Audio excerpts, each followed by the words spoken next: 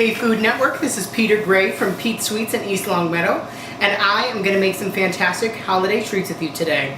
I'm going to be making our classic almond toffee, and I'm actually going to make an almond toffee hot chocolate because I think everybody could use a drink during the holidays. So stay tuned with me today, and I really hope that we can make an amazing holiday dish together. Thank you. Alright guys, I'm going to start by making our almond toffee. This is a very simple recipe, but it's something that you don't want to have kids do by themselves because this is getting very hot. We're cooking this recipe to 300 degrees to get the hard crack stage, meaning it's like candy canes and hard candies. We want to make sure it's nice and tough. We don't want to cook this with not enough time where it's going to end up being kind of like a caramel consistency. So what we have is actually a 3-2-1 recipe. So it's actually a pound of butter. It's 2 cups of granulated sugar and 3 tablespoons of water. I've pre-measured out some of the things here just for ease of time. So we have our butter here. A lot of recipes in a bakery use unsalted butter. We actually use salted butter here. We use the same kind of high quality butter it was actually from Vermont where I went to school. So I'm very tried and true to that home style kind of aspect, like farm to table kind of aspect here. So with most recipes you use unsalted butter because you want to be able to control the amount. I'm so used to using this salted butter by now that I've gone ahead and I've made all my recipes kind of around it. If you're making this at home, maybe you'd want to adjust the amount of salt, so you would use unsalted butter, but you'd have to put that in later on. So we have our butter in our pot here. We're going to put it on medium. I have an induction burner here.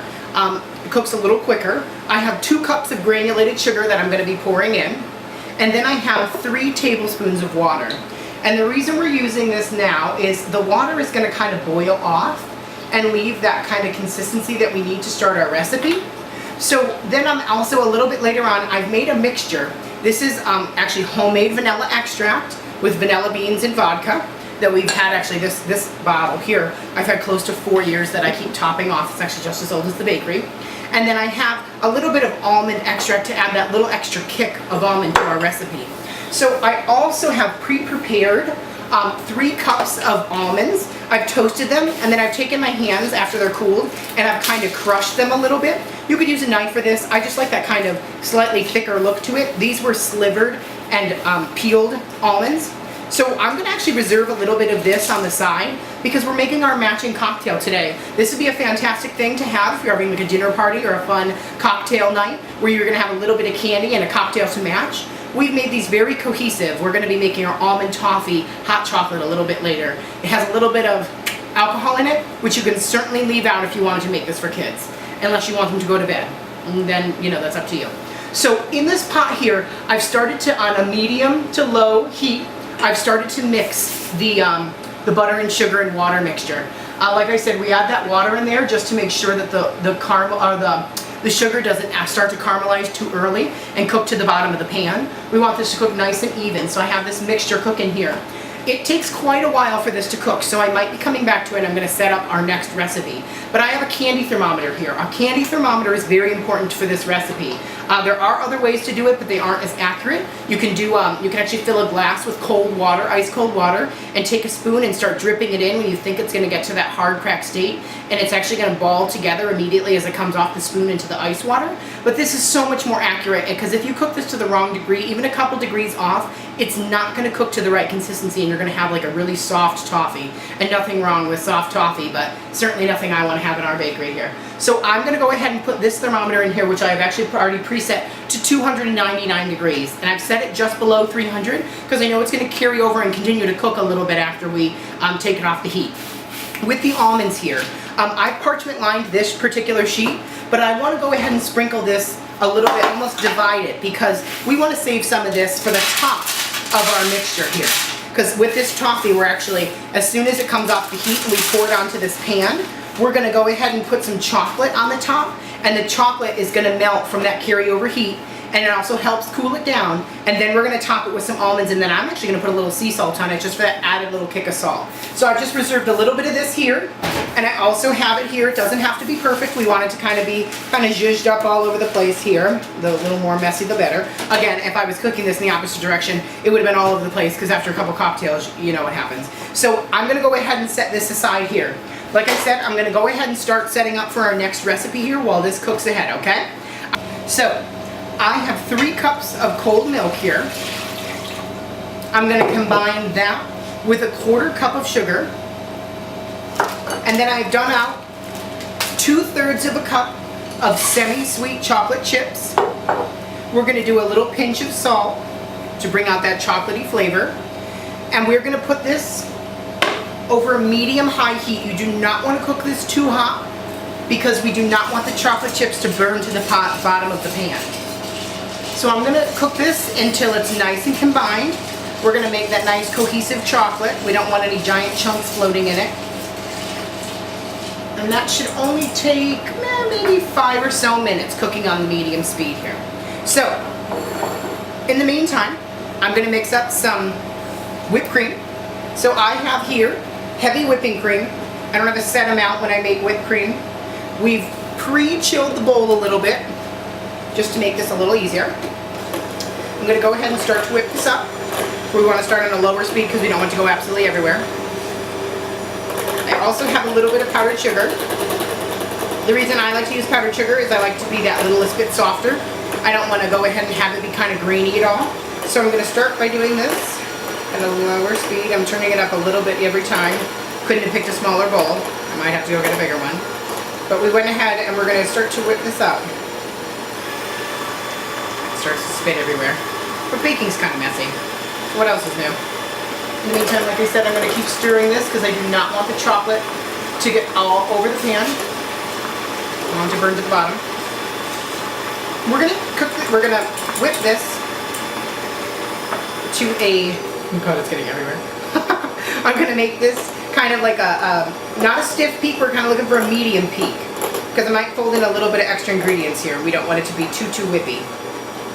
That whippy's a real baking term. I went to culinary school. So, I keep adding a little bit of sugar a little bit at a time.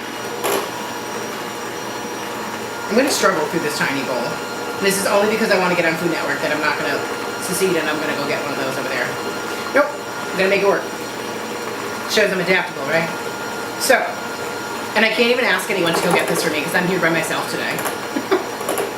And you know how awkward it is to talk to yourself on camera too? Because there's nobody around. I have these nice studio lights pointing at me and no one else around. So, I'm going to turn this up a little bit.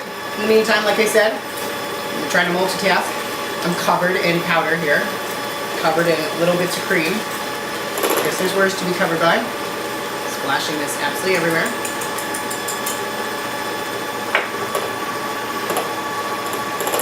This is starting to thicken up. I'm going to keep adding little bits of sugar at a time. And so we're gonna go ahead afterwards, and once the chocolate comes up to a boil, like a light boil, we are going to go ahead and put the almond liqueur in it. I have 3 ounces here. I probably have a little bit more than 3 ounces, but I really like this in my hot chocolate. And then I'm going to show you how to kind of garnish it. So this is kind of getting there. I'm going to stop the mixer here.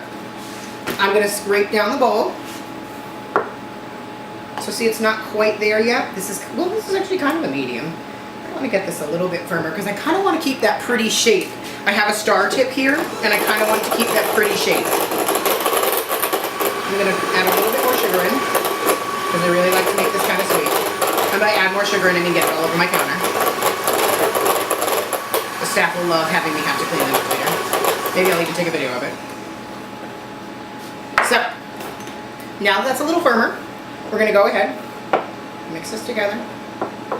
Again, we're kind of getting those little clumpy bits out that I kind of just popped in there at the last second. And I had a little bit bigger of a bowl. I actually might have sifted this in. Alright.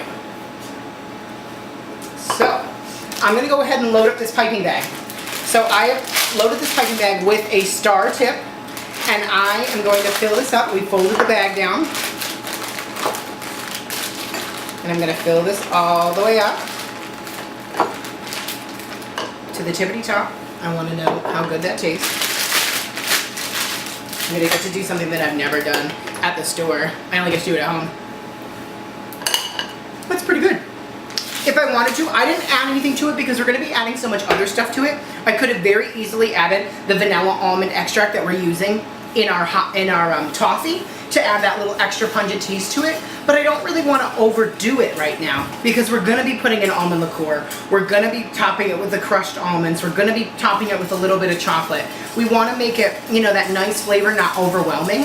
Obviously, if you have a nut allergy, you'd want to leave out all the nuts in this. I don't see why you'd be making this dessert necessarily if you have a nut allergy.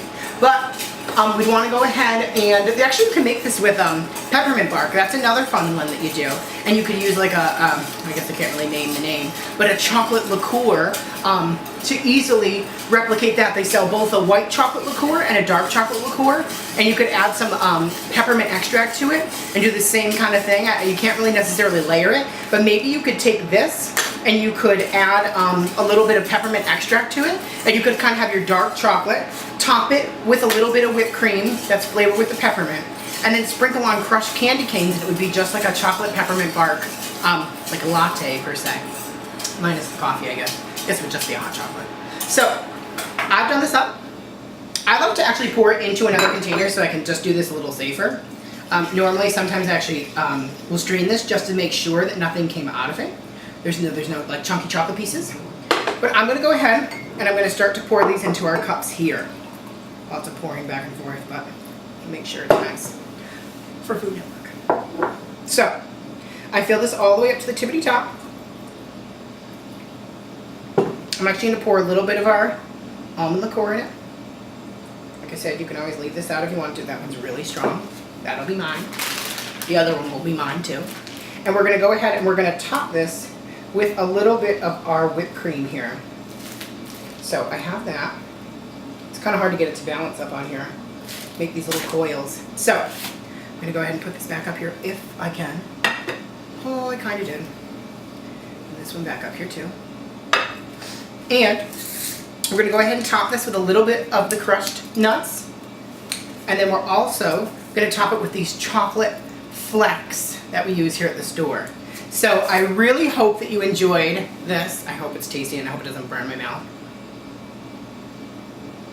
That's actually really, really good.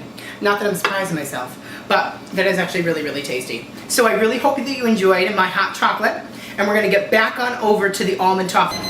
It is ready. It is all set here. We're gonna be extraordinarily careful when we're pouring this here. I also have, shut that off. I also have the extract that we were talking about earlier, the half almond, half vanilla extract here. We're gonna pour this in. It is going to boil off very quickly. 300 degrees, heats that extract up instantly and bubbles off. So you might wanna not take any deep breaths. It kind of knocks the air out of you. It's gonna be fantastic in it, but breathing in like the whole respiratory of pure almond extract, really not that fun. So, I hope you can see this here. So we have our almonds, we have the toffee here. We're gonna pour it out. Again, being very careful. This is extremely hot. I have had many golden burns from this. Keep this nice and safe. Do not want to say any swear words in my audition tape. So we're gonna spread this out.